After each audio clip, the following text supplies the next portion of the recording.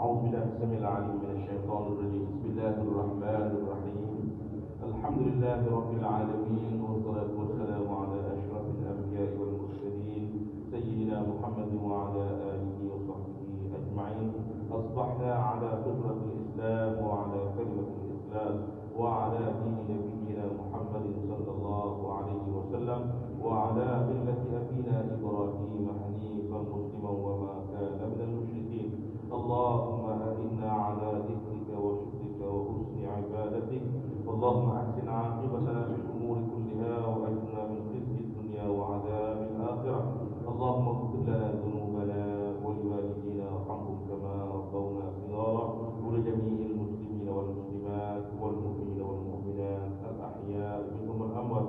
اللهم اختمنا بحسن الخاتمة ولا تختم علينا يا الله بسوء الخاتمة. اللهم إنا نعوذ بك من علم لا ينفع ومن قلب لا يخشع ومن نفس لا تشبع ومن دعوة لا يستجاب لها. اللهم إنا نعوذ بك من الهم والحزن، ونعوذ بك من العجز والكسل، ونعوذ بك من الجبن والبخل، ونعوذ بك من غلبة الدين وقهر الرجال. ربنا ظلمنا أنفسنا وإن لم تغفر لنا وترحمنا لنكونن من الخاسرين. ربنا هب لنا من أزواجنا وذرياتنا قرة أعين واجعلنا للمتقين إماما. ربنا آتنا في الدنيا حسنة وفي الآخرة حسنة وقنا عذاب النار. وصلى الله على سيدنا محمد وعلى آله وصحبه وبارك وسلم، والحمد لله رب العالمين. غفر الله.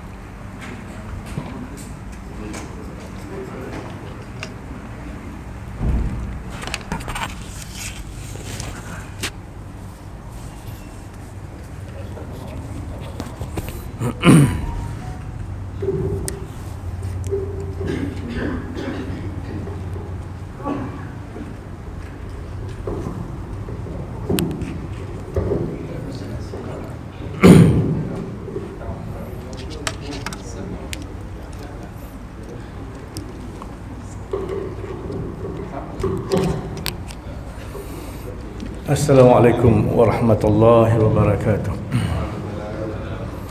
Al-Fatihah.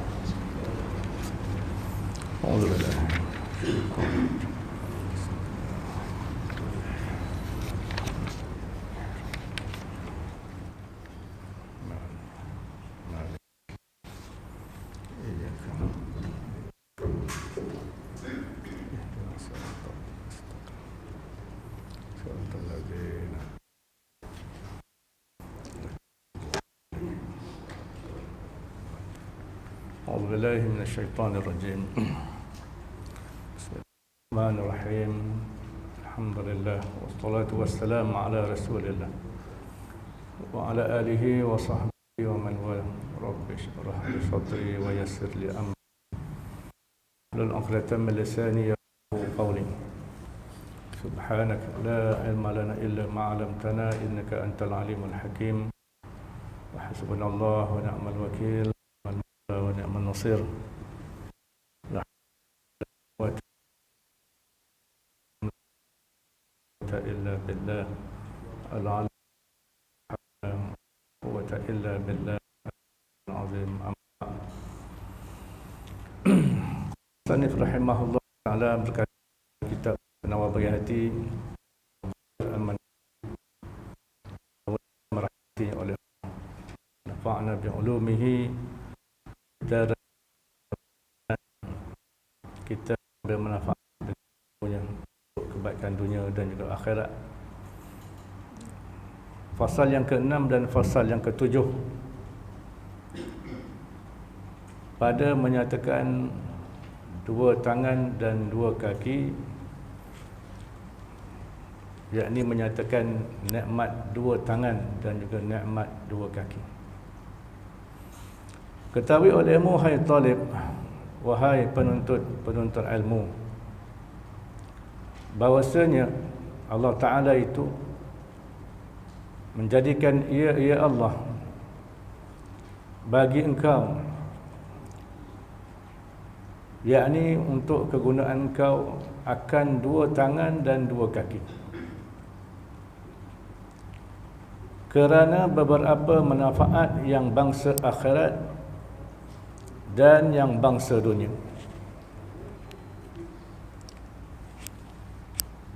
Maka adapun segala manfaat akhirat,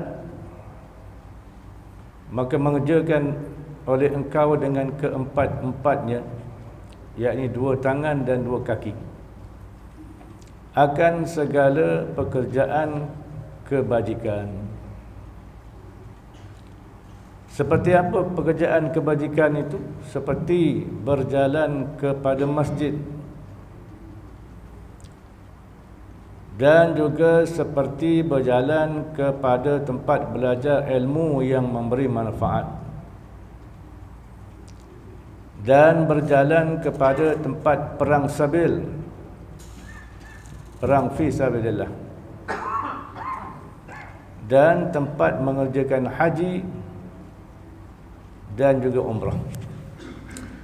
Baik tuan-tuan, alhamdulillah pagi ini kita dapat lagi menghadirkan diri kita untuk solat subuh berjamaah dan bersabar untuk duduk di dalam majlis ilmu. Kesabaran kita dan juga keikhlasan dalam hati kita dalam beribadat, sama ada untuk solat ataupun menuntut ilmu ini, insya-Allah akan membuahkan banyak kebaikan dalam diri kita,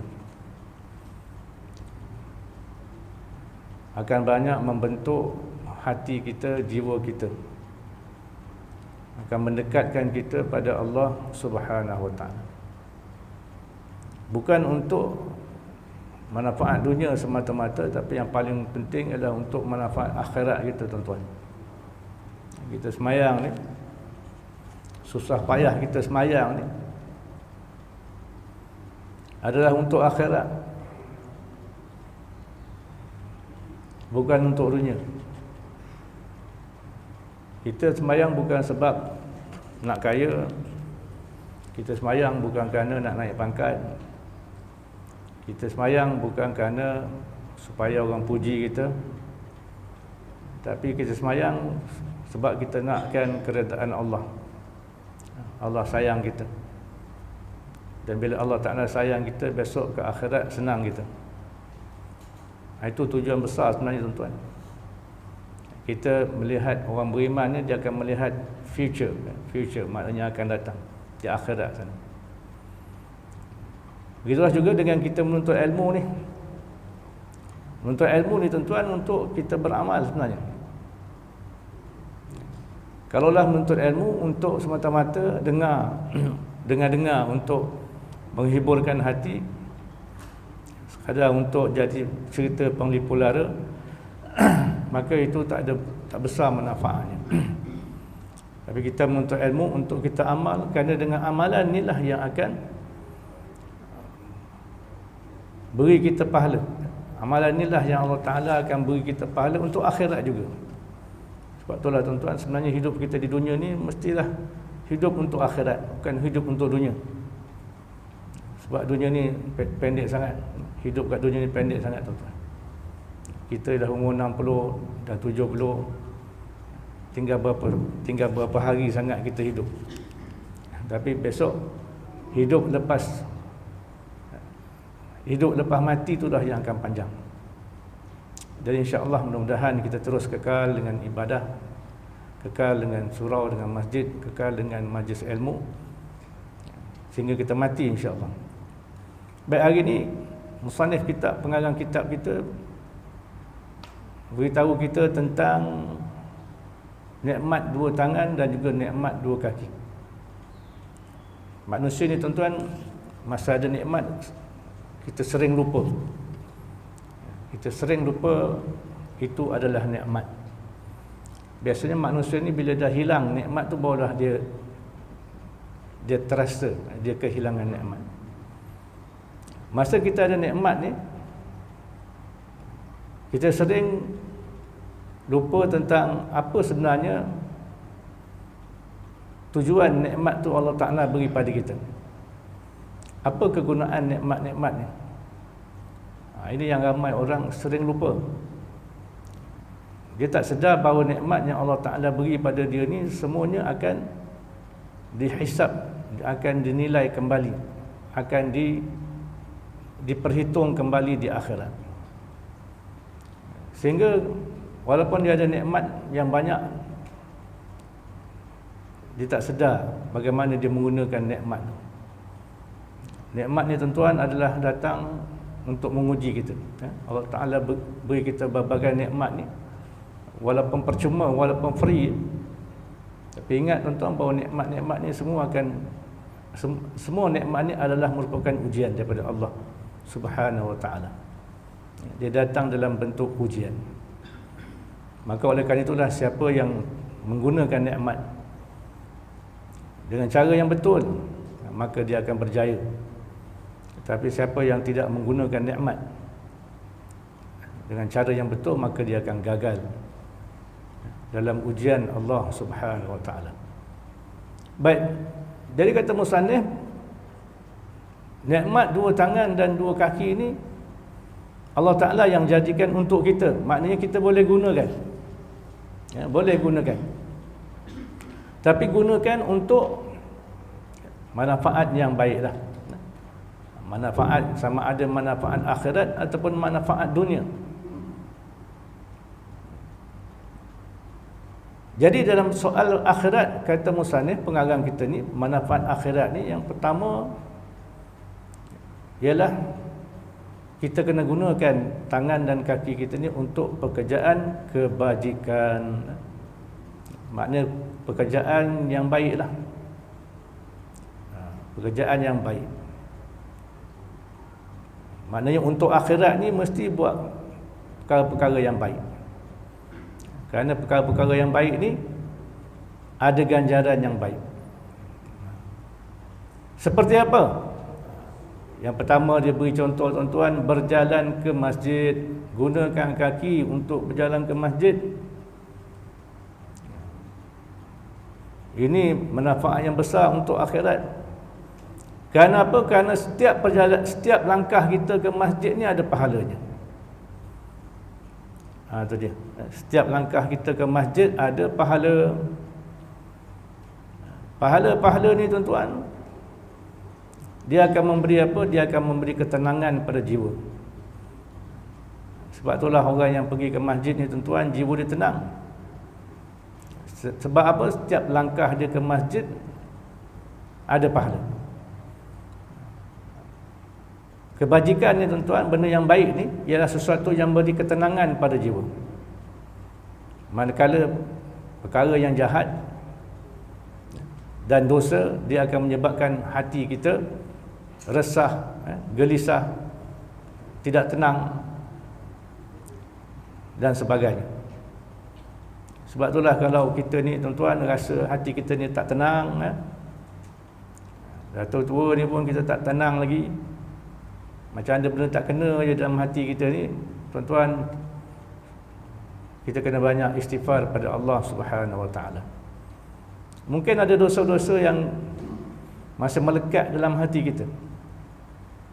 Mungkin ada dosa-dosa yang kita tidak minta ampun lagi pada Allah Subhanahu Wa Taala. Sebab dosa kita ni banyak, tuan-tuan. Dosa kita ni banyak. Kalau hari ni kita puasa Arafah dah kan. Hari ni kan sunat puasa Arafah. Allah Ta'ala akan ampunkan dosa kita setahun yang lepas dan juga setahun yang akan datang. Dosa kita setahun yang lepas, mudah-mudahan terampunlah setahun yang lepas daripada tahun lepas lah. Daripada tahun lepas. Sedangkan dosa kita, tuan-tuan, bukan sekadar daripada tahun lepas. Dosa kita ni dah berpuluh tahun dah. Dosa kita ni dah berpuluh tahun. Bukan sekadar daripada tahun lepas. Dosa kita ni, tuan-tuan, dah berpuluh tahun. Kalau kita sekarang ni umur 60 tahun, dikira daripada umur kita 15 tahun yang lepas, maknanya 45 tahun dosa kita ni dikira oleh Allah Subhanahu Wa Taala. 45 tahun, tuan-tuan, sejak dulu dosa tak semayang ke, dosa tak puasa ke, dosa tak keluar zakat ke, duit banyak dalam akaun, duit berjuta, tapi tak keluar zakat, kan? Dosa tak pergi haji, duit dah berjuta dalam akaun tapi tak pergi haji. Dosa, tuan-tuan. Kalau kita dah mampu, duit dah banyak, tiba-tiba tak ada niat nak pergi haji lagi, dosa. Dosa banyak, tuan-tuan. 45 tahun kalau kita umur 60 lah. Saya sekarang umur 58 kan. Mungkin kita ada yang umur dah 70, 80, lagi lama lagi. Jadi oleh kerana itulah, tuan-tuan, dosa-dosa kita ni banyaklah menyebabkan kita ada hari-hari tertentu kan, kita rasa jiwa kita tak tenang kan? Jiwa kita tak tenang. Makan dah cukup, makan 3 pinggan dah. Minum teh tarik sehari 2-3 kali dah. Asyik muka dia kat kedai mamak. Tengok Gusti dah berulang kali dah. Cerita Tamil lagi, cerita Hindustan lagi, semua dah. Tapi hati tak tenang lagi. Rasa macam dah semayang tiap-tiap hari pergi masjid. Tiap-tiap hari pergi masjid dah. Kejar saf pertama pula, belakang imam lagi. Tapi masih hati tak tenang lagi. Apa hal lah, tuan-tuan, kita ni banyak dosa yang kita tak minta ampun pada Allah. Kita berasa dosa kita setahun dua ni je, padahal dosa kita dah bertahun-tahun. Kalau kita tak minta ampun pada Allah dosa-dosa kita yang lalu, maknanya kita yang tak nak dosa tu diampun. Banyak dosa-dosa besar yang kita kena minta taubat pada Allah. Contoh, tuan-tuan, saya beri contoh lah. Kalaulah dosa tak semayang. Dosa tak semayang ni, dosa tak semayang dengan sengaja. Seorang yang tak semayang dengan sengaja, tuan-tuan, dosa besar.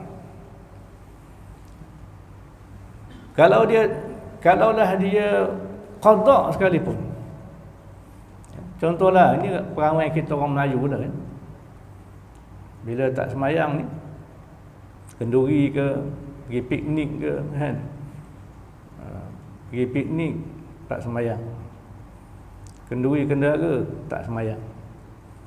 Senang dia kata, tak apa kita qada, tak apa kita qada. maka dia pun qada. Dalam keadaan dia tak menyesal dengan tinggal semayang. Sedangkan tinggal semayang ni dengan sengaja berdosa besar.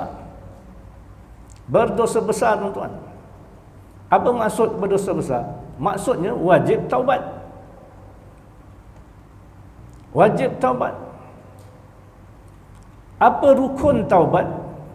Rukun taubat yang pertama mesti menyesal. Kalaulah dia kata tak apa, kita qada, lepas tu dia qada, besok dosa dia buat lagi, pergi shopping, pergi Aeon ke, pergi apa nama ni, mall mana, tak sempat nak semayang, tak apa, kita qada. Dah kali kedua dah qada, tak rasa menyesal pun dengan yang sebelum tu, tinggalkan semayang. Bila tinggalkan semayang tak rasa menyesal, tuan-tuan, qada tu pun tak ada guna, tuan-tuan. Dia tetap dalam keadaan dosa besar. Bayangkanlah itulah jadi perangai kita. Bukan sekali dua kita buat, berpuluh-puluh kali kita buat, beratus-ratus kali kita buat, tak semayang dengan sengaja, dengan niat nak qada. Betapa banyak dosa besar kita, tuan-tuan.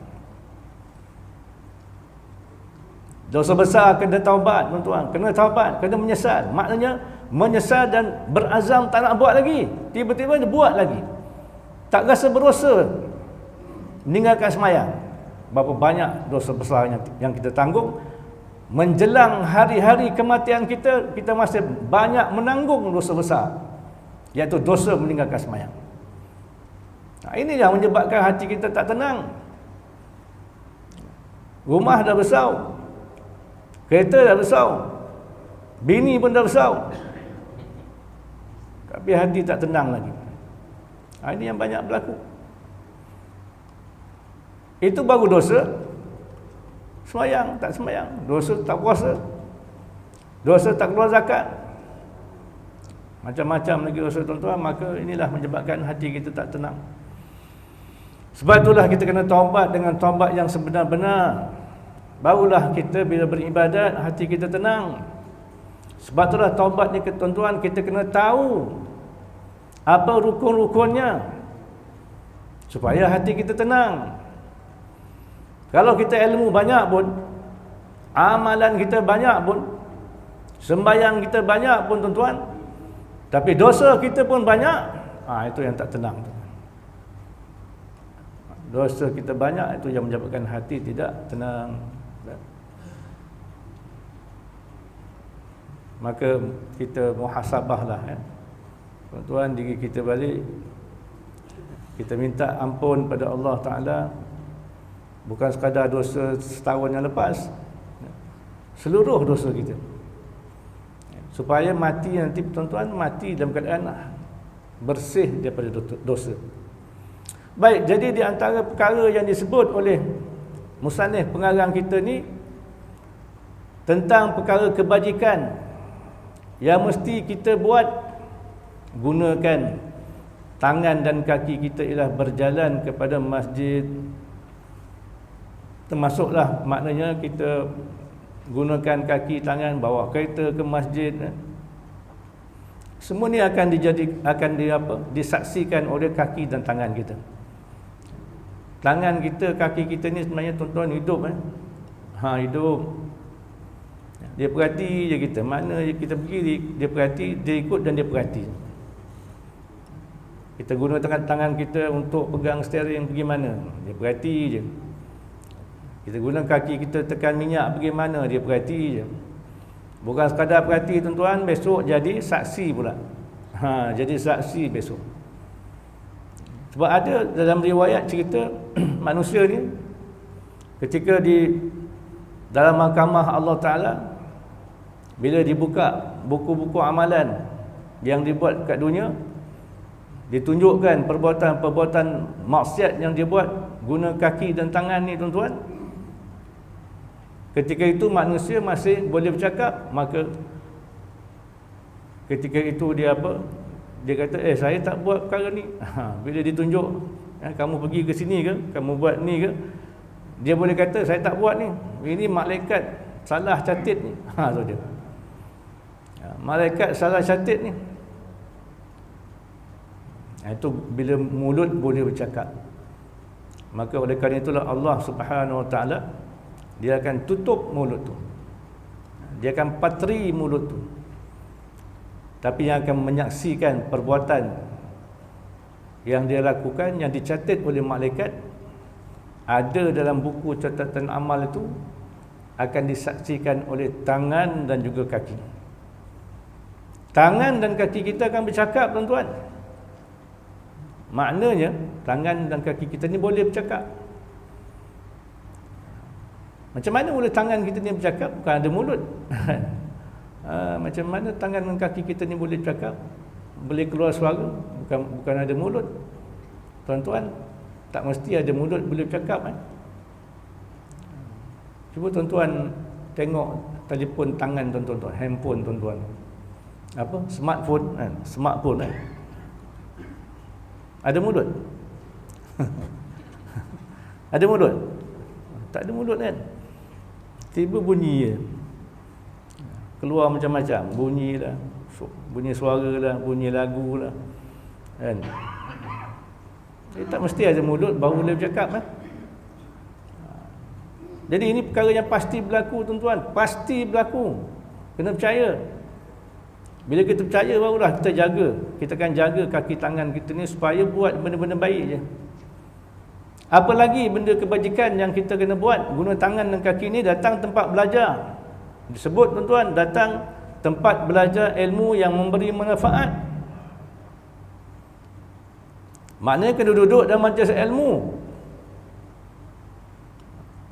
Kalau kita tak gunakan kaki dan tangan untuk datang ke majlis ilmu, maknanya kita tak gunakan tangan dan kaki kita untuk kebajikan yang sepatutnya kita gunakan. Kerana mempelajari ilmu yang memberi manfaat, tuan-tuan. Manfaat ni bukan sekadar manfaat dunia, tapi manfaat akhirat. Imam Ghazali rahimahullahu ta'ala, dia menyebut dalam kitab dia, apa guna kita belajar ilmu ni? Ilmu yang dikatakan ilmu yang memberi manfaat. Al-ilmu nafi', disebut sebagai al-ilmu nafi'. Apa manfaat yang kita dapat? Antaranya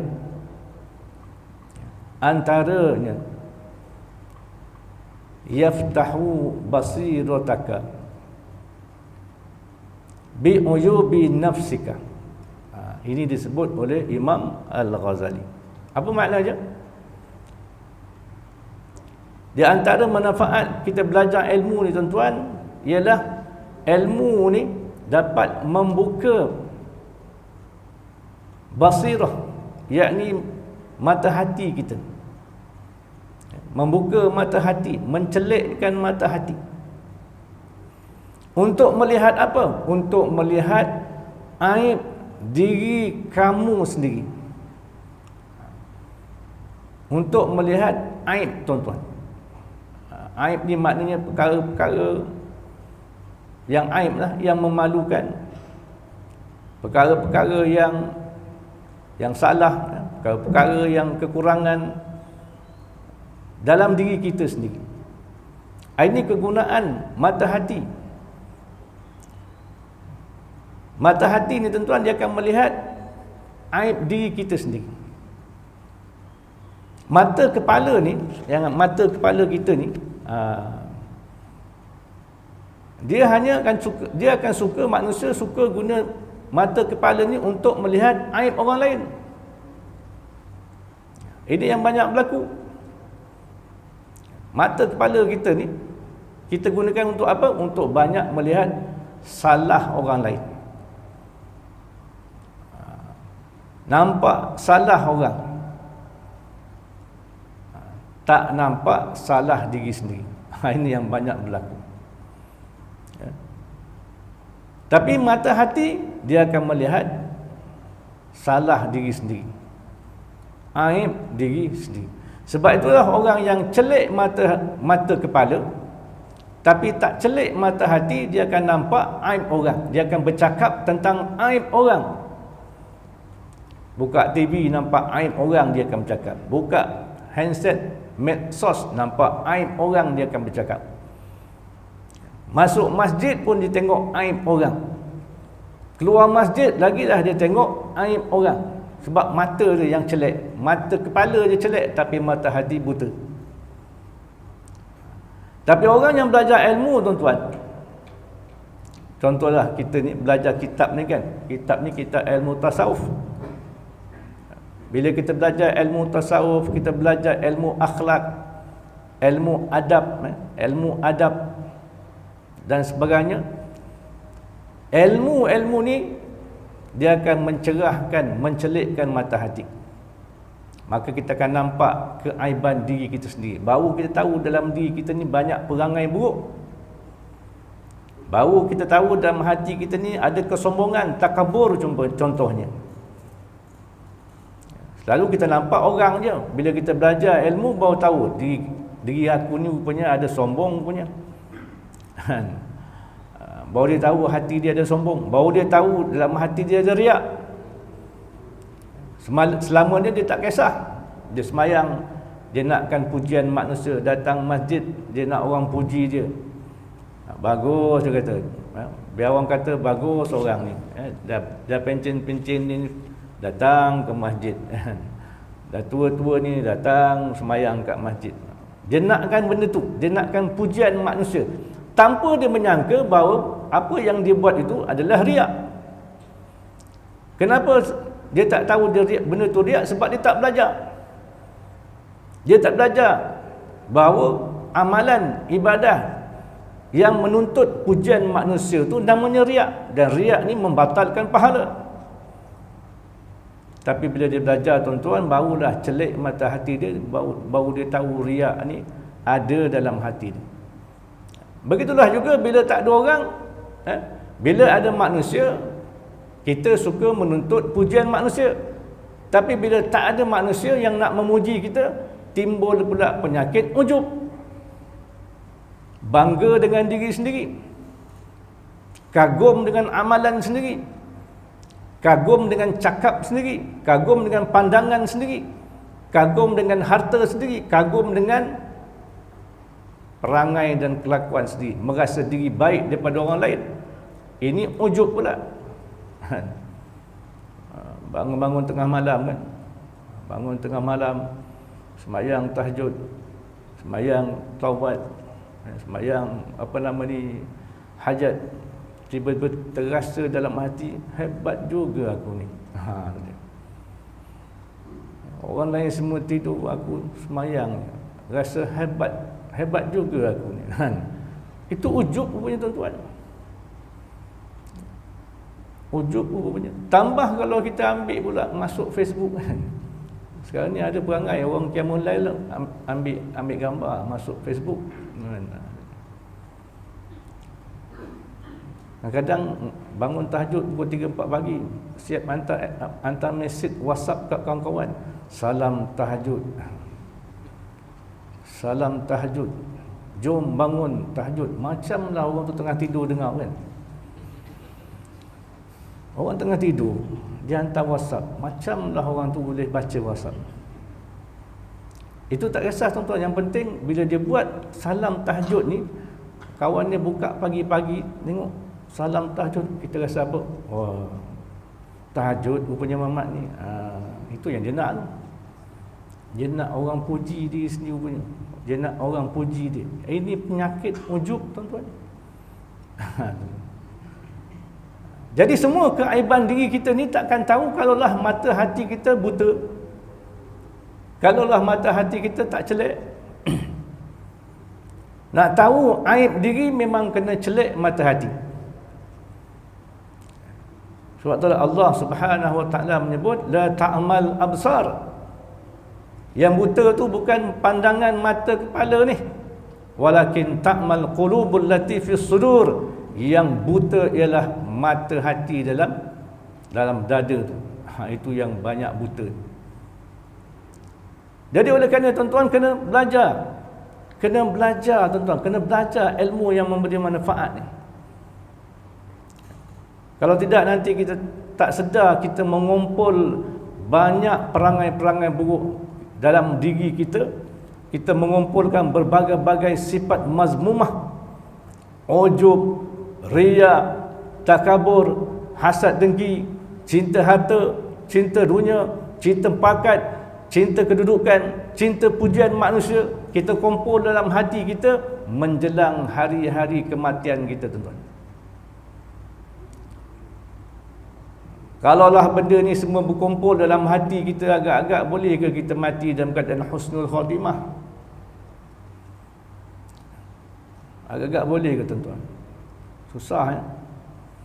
Kalaulah dalam hati kita ni cinta harta tu mengumpuk-ngumpuk dalam hati, dah bukan sekadar cinta harta, dah jadi gilakan harta kan? Loba pada harta dalam hati kita kuat, menguasai hati kita. Menjelang hari kematian, tuan-tuan, kita takkan ingat lain. Kita takkan ingat nak mengucap, tuan-tuan, kecuali kita hanya ingat harta-harta yang kita tinggalkan. Nah, bayangkan, kita ingat kereta besar kita yang baru beli, kita ingat rumah besar kita yang baru beli, kita ingat tanah kita yang baru beli, kita ingat saham-saham kita berjuta. Masa itulah kita nazak, masa itulah malaikat akan cabut nyawa kita. Macam mana kita nak mengucap? Itu baru perangai-perangai buruk, sifat-sifat buruk dalam hati, dalam diri kita.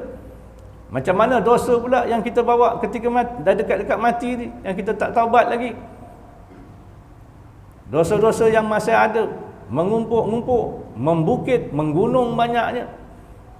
Masa itulah kita nak mati, nak ditarik nyawa. Sebab itulah susah, tuan-tuan, kalau nak dapat mengucap ketika itu. Sebab itulah untuk mati ni, tuan-tuan, kita kena bersedia sebenarnya. Kita kena serius menyiapkan diri kita. Sebab mati ni confirm. Tak kena COVID pun mati. Tak isap rokok pun mati. Jangan ingat orang isap rokok yang mati, orang tak isap rokok pun mati, tuan-tuan. Jangan ingat orang COVID yang mati, orang tak COVID pun mati. Jangan ingat orang diabetes, orang kecil manis, orang sakit jantung dia mati, orang tak sakit jantung pun mati, tuan-tuan. Jangan ingat orang tua mati. Orang tua memang confirm matilah.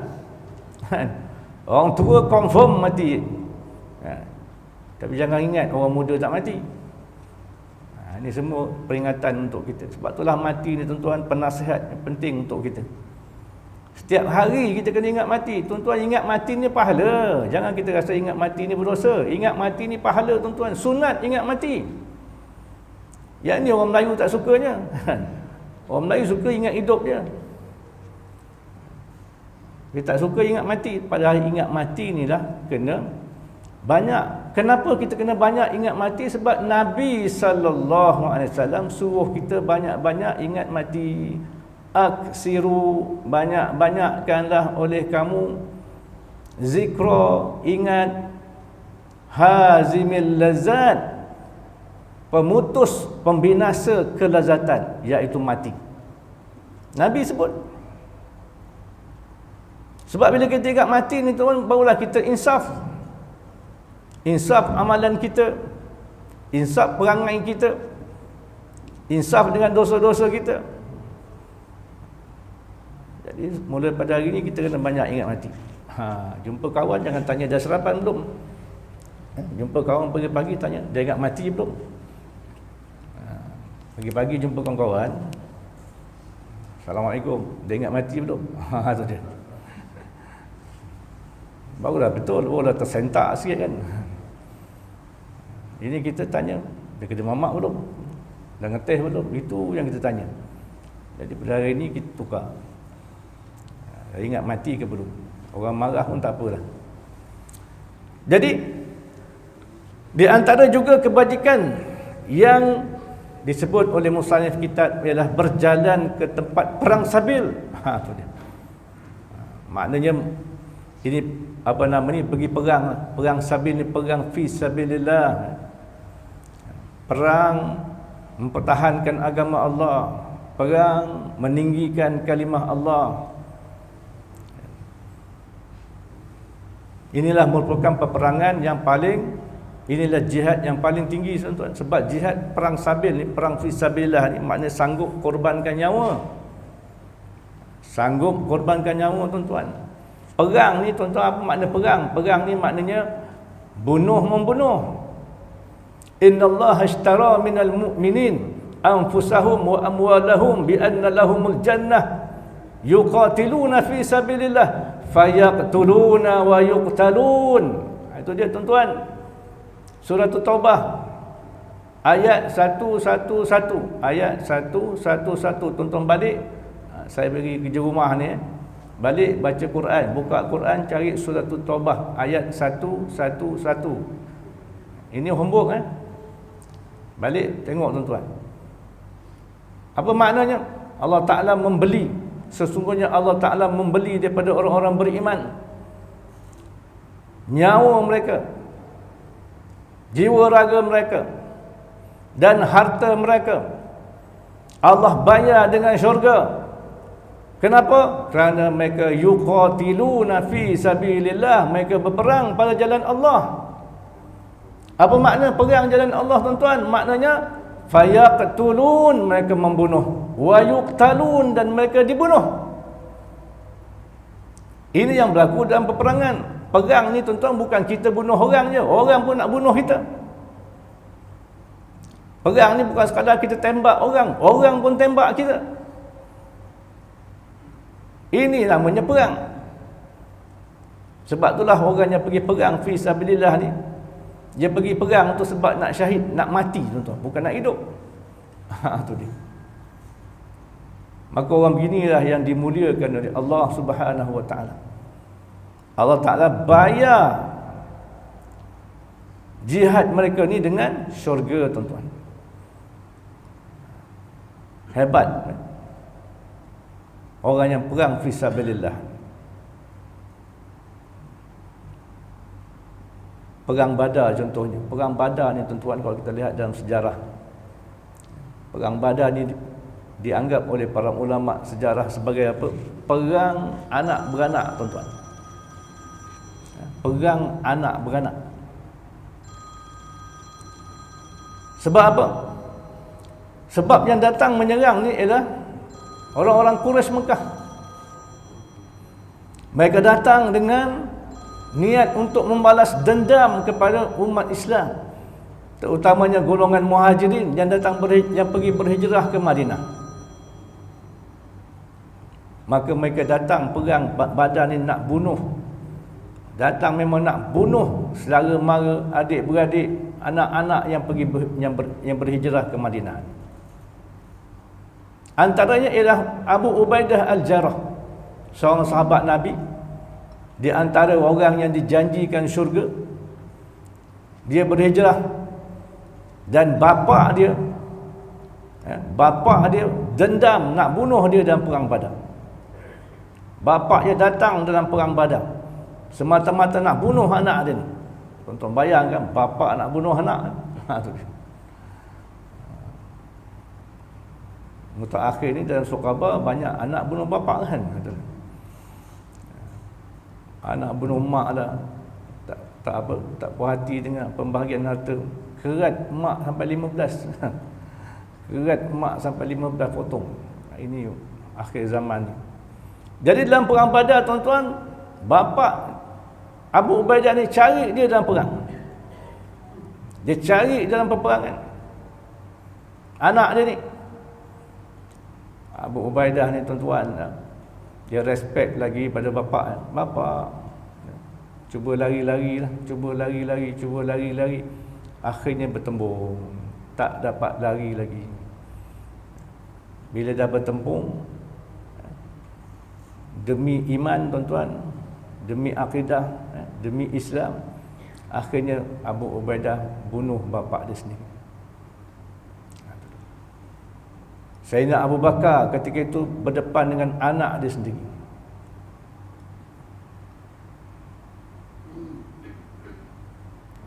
Dan ramai lagi sahabat-sahabatnya terpaksa berdepan dengan adik-beradik, sepupu sepapat dalam peperangan Badar. Ini contoh perang, tuan-tuan. Bila perang ni, tuan-tuan, memang kalau kita tak dibunuh, maka kalau kita tak membunuh, orang akan bunuh. Sebab itulah orang yang sanggup menyerahkan dirinya untuk fi sabilillah ni sangat mulia di sisi Allah. Kalau dia mati syahid, rohnya akan terus masuk ke syurga.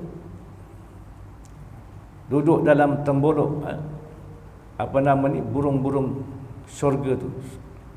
Itu hebatnya orang yang mati syahid. Dan juga berjalan ke tempat mengerjakan haji dan umrah, dan berjalan kerana ziarah apa? Ziarah saudara mara, ziarah untuk tujuan silaturahim. Ini antara perkara kebajikan yang besar pahala, tuan-tuan. Dan menghubungkan rahim, yakni silaturahim. Menghubungkan silaturahim ni pertama dengan kerabat. Silaturahim ni maknanya kerabat, hubungan dengan kerabat. Makna saudara mara yang dekat, tuan-tuan. Sebab itulah menjaga silaturahim ni wajib. Wajib. Siapa yang memutuskan silaturahim tak masuk syurga, tuan-tuan. Ada riwayat hadis yang menyebut la yadkhulul jannah qati'. Orang yang memutuskan silaturahim ni tak masuk syurga, tuan-tuan. Sehinggalah dia bertaubat, sehinggalah dia minta maaf, sehinggalah dia menghubungkan kembali silaturahim, barulah dia masuk syurga. Barulah ada peluang untuk masuk syurga. Kalau dah dia mati dalam keadaan dia putuskan silaturahim, memutuskan hubungan, tak masuk syurga, tuan-tuan. Menjaga hubungan, ukhuwah persaudaraan ini wajib. Innamal mu'minuna ikhwatun. Surah Al-Hujurat menyebut apa? Orang beriman ni, tuan-tuan, ikhwatun. Ikhwatun ni apa makna, tuan-tuan? Ikhwatun ni, kalau kita tengok terjemah, memang dia kata orang beriman ni bersaudara. Tapi ikhwatun tu maknanya ialah adik-beradik. Dia kalau saudara ni ikhwanun, itu saudara dah. Tapi kalau ikhwatun ni adik-beradik. Maknanya kita orang beriman ni adik-beradik. Adik-beradik bukan kerana hubungan darah, bukan kerana hubungan keturunan, tapi hubungan akidah dan iman, tuan-tuan, yang lebih kuat daripada hubungan darah tu sendiri.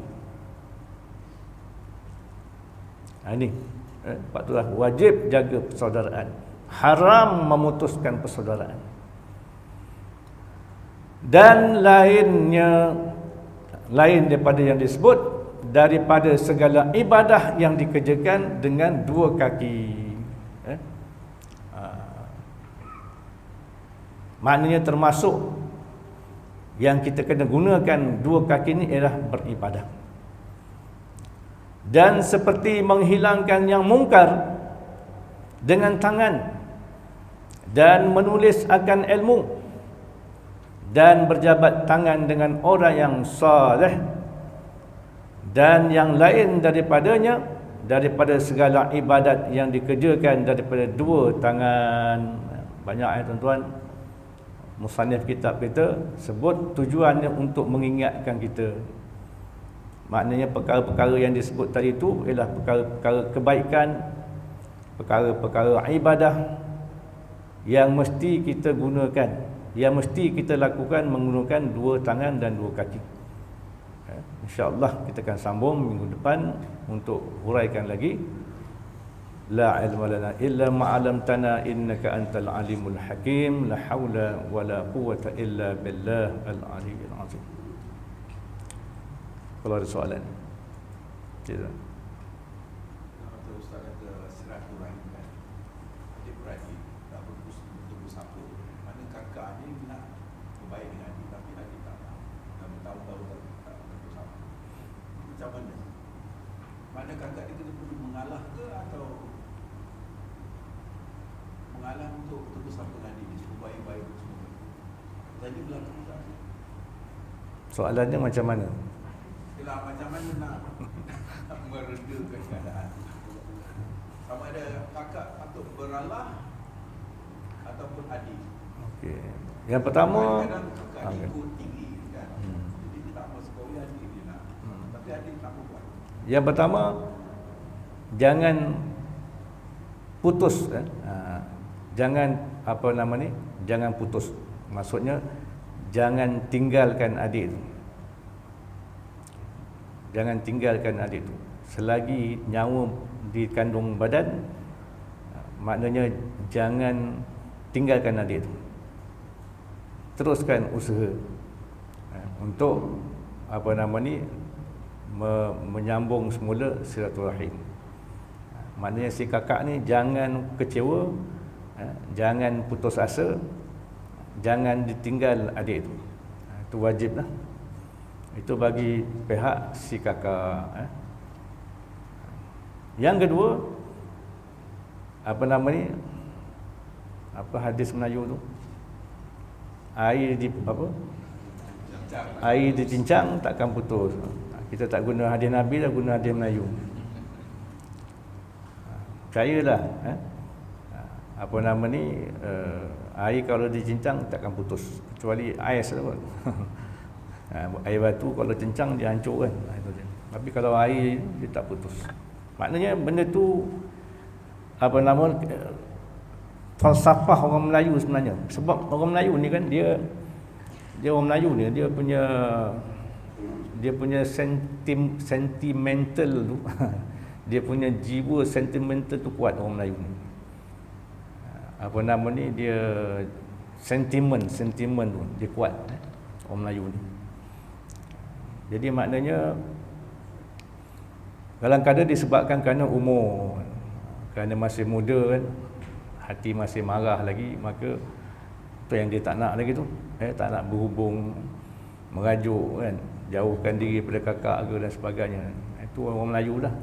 Tapi kadang-kadang menjelang umur tua sikit kan, bila umur dah menjelang 40, dia dah mula fikir dah. Dia dah mula fikir. Tu dah nak cerita tu.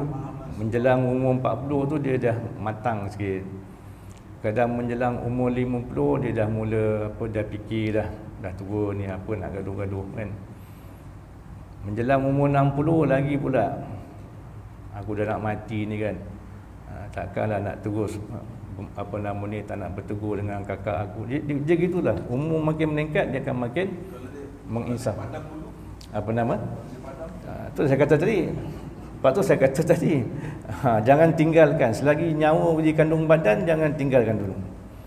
Soal dia mati dulu ke, kakak tu mati dulu tu, itu di luar orang kata kawalan kita. Yang kita boleh kawal tu, jangan kita tinggal dulu. Kalau lah katakanlah awal-awal kakak ni dah putus asa kan, dah putus asa, masalah. Maknanya kakak tu sendiri telah membuat satu tindakan untuk memutuskan. Dia tambah lagi orang kata apa ni, permusuhan, itu bahayalah. Jadi selagi umur di kandung badan, kakak ni mesti jangan kecewa, jangan hampa, jangan putus asa, teruskan berhubung, terus berdoa dan sebagainya. Sebab inilah nak amalkan hadis Nabi, jangan putuskan hubungan. Orang putuskan hubungan kita tak apa. Bukan tak apa, kita jangan putuskan hubungan orang. Itulah, teruskan, jaga tu. Kadang umur meningkat dia akan berubah. Itu. Jadi maknanya dan itulah dia kadang-kadang perkara ni kan, apa nama ni, kita tak mampu nak buat. Kita hanya sekadar mampu apa yang sekadar kita buat, tapi soal menyatukan hati manusia ni, ini memang Allah Ta'ala punya kerja. Itu memang orang kata kemuncaknya Allah Ta'ala yang kerja. Allah Ta'ala ni dia ada plan dia sendiri, kita tak tahu. Jadi oleh kerana itulah, sebagai manusia kita hanya buat yang tadi. Jangan putuskan hubungan, teruskan hubungan, doakan dia. Mudah-mudahan satu masa besok, apa nama, bila biduk berlalu, kiambang bertaut. Hadis Melayu lagi. Kadang-kadang hadis Nabi dia tak nak amal lah, kena guna hadis Melayu. Apa biduk lalu, kiambang bertaut. Tuan-tuan tahu tak makna tu kan? Itu je lah. Wallahu a'lam.